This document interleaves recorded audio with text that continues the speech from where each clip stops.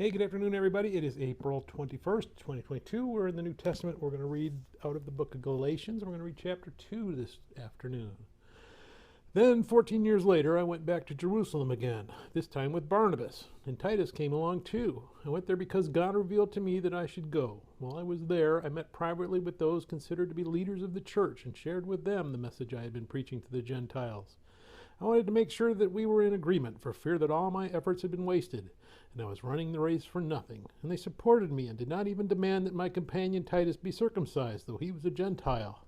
Even that question came up only because of some so-called believers there, false ones really, who were secretly brought in. They sneaked in to spy on us and take away the freedom we have in Christ Jesus. They wanted to enslave us and force us to follow their Jewish regulations, but we refused to give in to them for a single moment. We wanted to preserve the truth of the gospel message for you. And the leaders of the church had nothing to add to what I was preaching. By the way, their reputation as great leaders made no difference to me, for God has no favorites. Instead, they saw that God had given me the responsibility of preaching the gospel to the Gentiles, just as he had given Peter the responsibility of preaching to the Jews. For the same God who worked through Peter as the apostle to the Jews also worked through me as the apostle to the Gentiles. In fact, James, Peter, and John, who were known as pillars of the church, recognized the gift God had given me, and they accepted Barnabas and me as their co-workers. They encouraged us to keep preaching to the Gentiles while they continued their work with the Jews. Their only suggestion was that we keep on helping the poor, which I've always been eager to do. But when Peter came to Antioch, I had to oppose him to his face, for what he did was very wrong. When he first arrived, he ate with the Gentile believers who were not circumcised. But afterward, when some friends of James came, Peter wouldn't eat with the Gentiles anymore.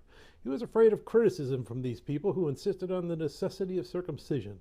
As a result, other Jewish believers followed Peter's hypocrisy, and even Barnabas was led astray by their hypocrisy.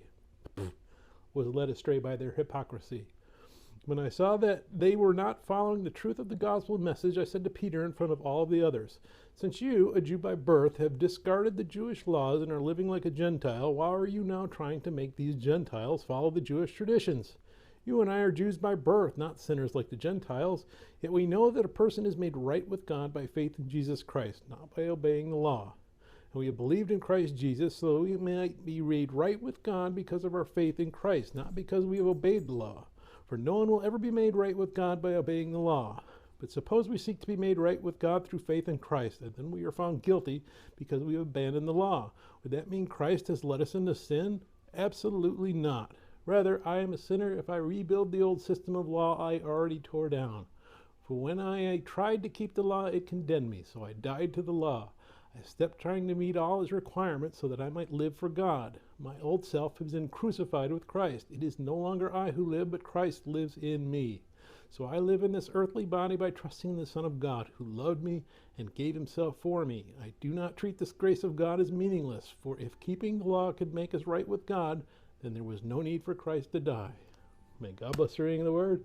May God bless you. Bye.